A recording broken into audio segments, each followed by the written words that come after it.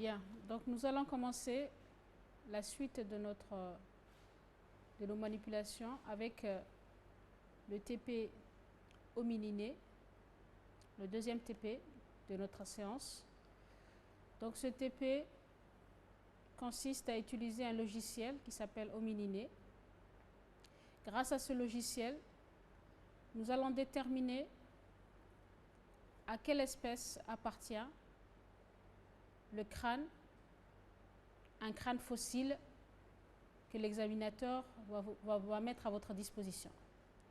Donc vous avez ici par exemple un des crânes qu'on peut vous mettre à votre disposition.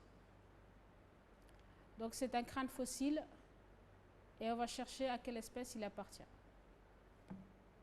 Donc pour cela, nous allons utiliser plusieurs critères, notamment 2 critères, parce qu'effectivement, pour déterminer à quelle espèce appartient ce crâne, il faut utiliser plusieurs critères, parce qu'un seul critère ne suffit pas. Donc pour plus de précision, pour avoir une très bonne précision, il faut utiliser au moins 2 critères. Les 2 critères qu'on va utiliser au cours de cette manipulation, ce sera l'angle facial et le rapport hauteur sur longueur. Donc pour pouvoir effectuer ces mesures et ces calculs de distance d'angle, il faut tout d'abord placer les différents points dont vous aurez besoin. Ces points vont vous aider à tracer l'angle facial et à tracer également les segments, la hauteur et la longueur. Donc vous avez à votre disposition le crâne. Vous allez choisir le profil gauche de votre crâne, d'accord? Et sur ce profil, bien, donc nous allons placer les différents points dont vous aurez besoin, à savoir le point B qui correspond au point le plus haut du crâne.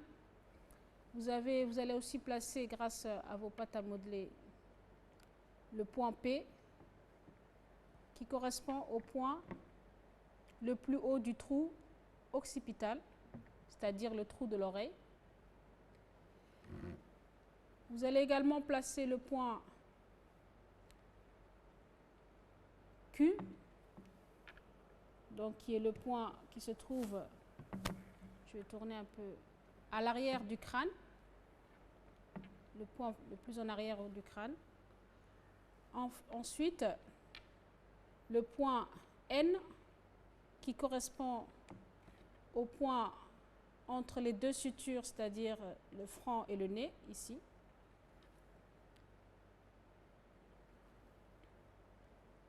Le point O qui correspond au point le plus bas de l'orbite de l'œil. Et enfin, le point M qui est le point situé au-dessus des incisives de la mâchoire. Donc là, vous avez placé vos différents points sur le crâne. Donc ce sont des points qui seront essentiels pour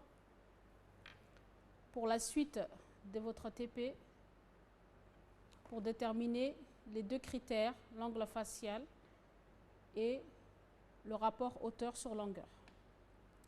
Donc nous allons maintenant, à partir de là, utiliser le logiciel homininé, qui va vous permettre de mesurer l'angle facial et de calculer le rapport hauteur sur longueur.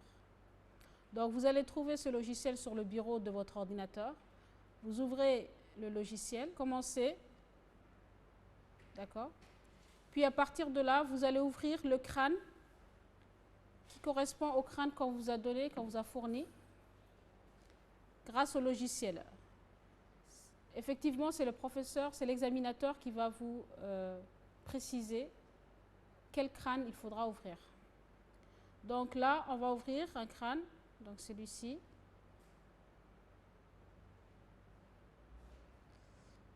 Vous cliquez sur crâne. Donc par exemple, nous allons ouvrir ce crâne. Ce crâne sera indiqué par l'examinateur, le crâne il faut ouvrir. Donc vous avez ici le crâne vu de face. Ce que vous allez faire, c'est tourner le crâne de telle sorte que le profil gauche apparaît sur votre écran. Donc pour tourner, c'est ce curseur qui va vous aider. Vous allez déplacer le curseur pour faire tourner la tête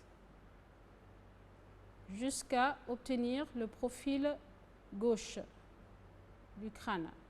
Donc vous faites aussi en sorte que vous tournez légèrement le crâne vers vous pour pouvoir voir l'ensemble des points. Donc très légèrement, voilà, comme ça. Donc vous avez le crâne profil gauche tourné légèrement vers vous. Ici, vous voyez sur ce crâne, vous pouvez distinguer les différents points, d'accord, à placer. Et vous avez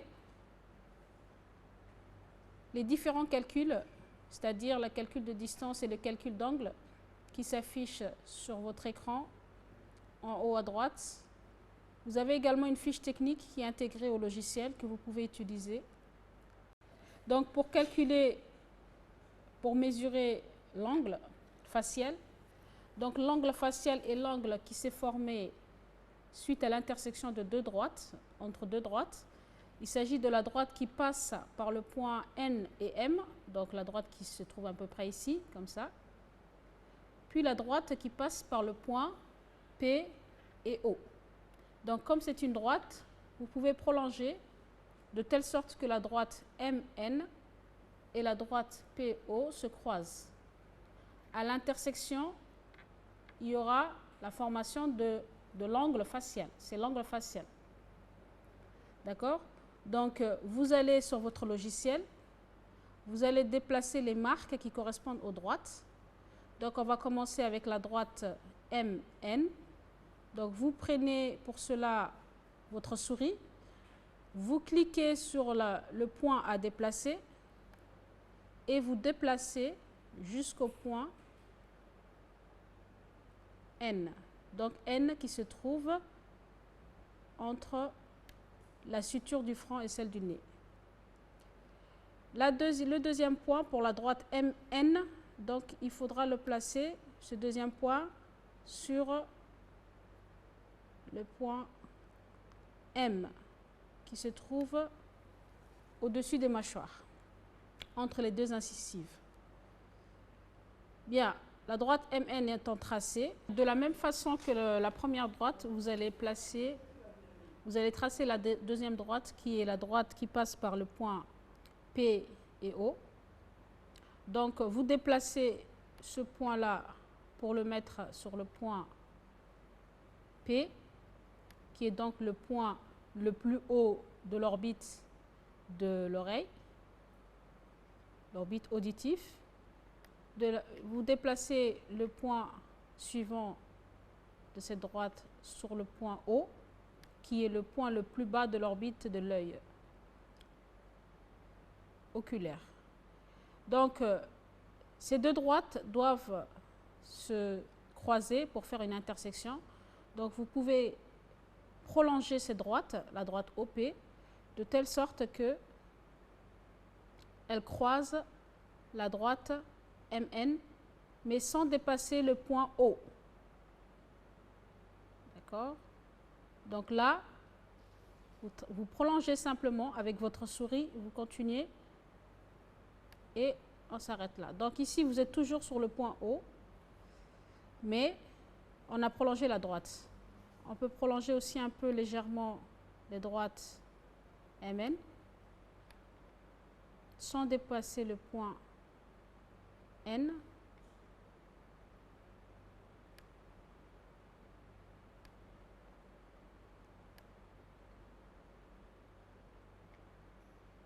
Voilà. Donc, vous avez ici les deux droites. La droite qui passe par le point P et O, d'accord, qui croise la droite qui passe par le point M et N. Donc, l'angle facial se trouve ici, à l'intersection entre ces deux-là, ces deux droites. Donc, pour mesurer l'angle facial, vous allez prendre maintenant cette marque pour mesurer l'angle facial. Vous prenez le point qui se trouve au centre, au milieu, qui est donc le point qui correspondra à l'intersection de deux droites. Donc, vous déplacez ce point ce point qui se trouve au milieu, parmi les 3 points, vous le déplacez jusqu'à l'intersection entre les 2 droites, la droite MN et la droite OP, leur intersection. Ensuite, vous allez déplacer les 2 autres points et faire confondre la droite mesure d'angle qui est en rouge avec la droite que vous avez tracée, la droite MN. Donc, une fois que c'est confondu, vous pouvez relâcher, faire la même chose, de même, faire confondre la droite rouge avec la droite OP qui est en orange. Donc, ne pas dépasser, il faut bien la faire confondre. Les 2 doivent être confondus. Donc ici, il ne reste plus qu'à cliquer sur Valider, sur V, pour valider et obtenir la mesure de l'angle. Donc on va cliquer sur V, valider, voilà, l'angle s'affiche. 74,956 degrés. Donc vous avez ici mesuré l'angle facial. Vous notez sur une feuille, sur votre feuille, la mesure de l'angle facial, 74,9. Puis, maintenant qu'on a mesuré l'angle facial, on va passer maintenant au calcul du rapport hauteur sur longueur, qui est le 2e critère. Donc, le rapport hauteur divisé par longueur. Il s'agit, donc comme on a expliqué, je vous explique de la même manière sur le crâne. Donc, le rapport hauteur sur longueur, c'est la hauteur du crâne. Donc, la hauteur du crâne qui est la droite qui passe par le segment plutôt, c'est un segment, on est d'accord? Un segment qui passe par B et par P. Donc le segment BP correspond à la hauteur du crâne. Le segment BP correspond à la hauteur du crâne. Maintenant, la longueur du crâne, c'est le segment N et Q, le point qui se trouve à l'arrière du crâne. NQ, la longueur du crâne, BP, la hauteur du crâne. Donc nous allons mesurer ces 2 segments, puis faire le rapport des 2 segments pour trouver la valeur qui correspond à ce rapport. Il s'agit de notre 2e critère. Donc nous allons maintenant, sur le logiciel, cliquer sur calcul distance. D'accord? Donc ici, vous avez un segment à placer sur le crâne et ici, vous avez un segment à placer sur l'échelle. Donc, avant de placer le segment sur le crâne, j'ai bien dit avant de placer le segment sur le crâne, il faut d'abord placer ce segment sur l'échelle, c'est-à-dire il faut choisir une échelle, d'accord, avant de chercher la distance. Donc, vous allez déplacer ce segment qui correspond à l'échelle, déplacer le premier point et choisir un segment qui correspond à un carreau blanc, d'accord. Donc, vous êtes en train de lui dire, enfin, d'expliquer que votre échelle correspond à ce carreau blanc, d'accord. Donc, la marque est placée sur un carreau blanc. Vous pouvez placer sur 2 carreaux si vous voulez. Donc, vous le placez sur un carreau. Et par la suite, une fois que vous avez choisi l'échelle, vous allez maintenant mesurer les segments. Le segment BP, qui correspond à la hauteur du crâne, et le segment NQ. Donc, commençons par BP, la hauteur du crâne.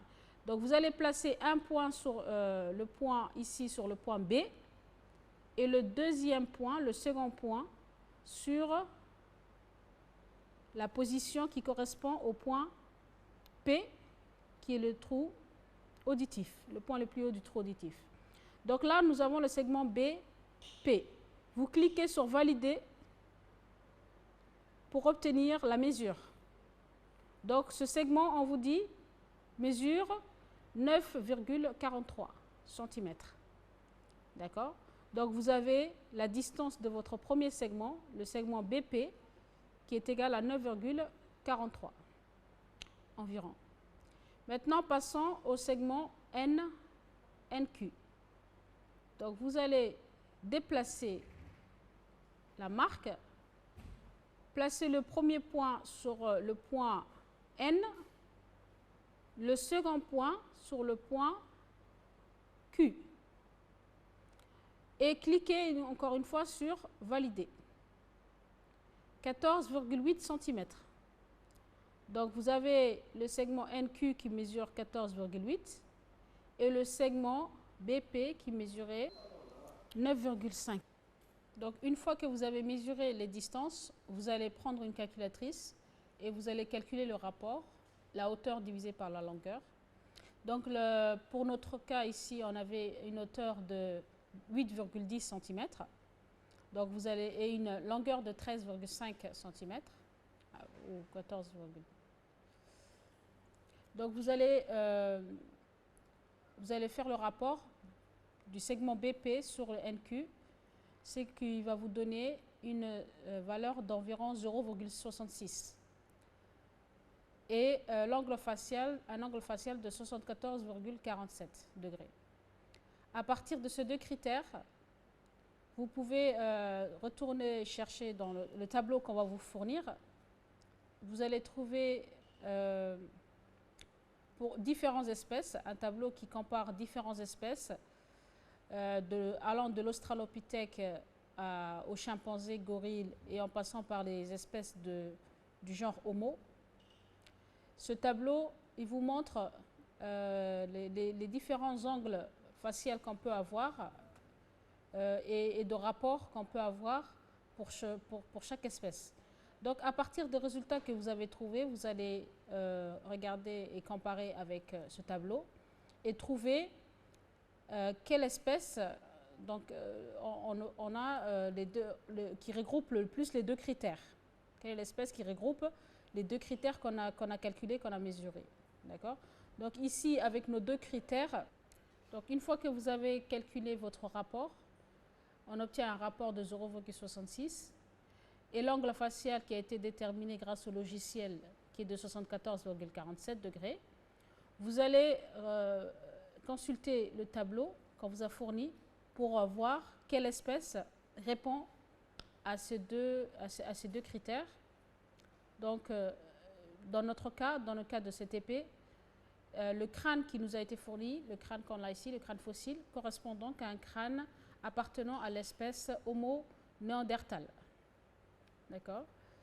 Donc là, vous avez répondu à votre problématique de départ. Si je peux vous donner quelques conseils, le premier conseil serait de faire attention à la manière dont vous positionnez votre crâne, surtout dans le logiciel. Donc faire tourner votre crâne de telle sorte qu'il soit présenté au niveau du profil gauche et qu'il soit légèrement tourné vers vous pour pouvoir voir les différents points précisément. Une autre chose, c'est au moment où vous mesurez les distances et les angles et l'angle facial, faire attention à bien positionner les points, d'accord, le point N, O, P, etc. Parce que si vous positionnez mal votre point, le calcul de la distance la longueur sera fausse, le calcul sera faux et l'espèce que vous allez trouver à la fin ne correspondra pas à l'espèce qu'on attendait de vous. Donc faites attention lorsque vous manipulez le logiciel, placez bien les points. Et une dernière chose, c'est là par exemple pour notre TP, nous avons pris un crâne qui correspond à l'Homo néandertal. Mais sachez que le jour de l'examen de la capacité expérimentale, vous pouvez avoir un autre crâne, on peut vous fournir un autre crâne, donc faire attention. L'essentiel, c'est de comprendre la manipulation, comment on manipule les logiciels, comment on manipule le crâne, etc., les étapes de la manipulation. Mais il ne faut pas transvaser ça sur ce qu'on vient de faire maintenant, c'est-à-dire vous pouvez avoir un autre crâne qui soit différent de celui-ci. Donc faire attention et faites des mesures exactes à partir de là. Donc voilà, ainsi prend fin notre séance de révision des TP, des capacités expérimentales. Je vous souhaite de réussir vos examens et bonne manipulation.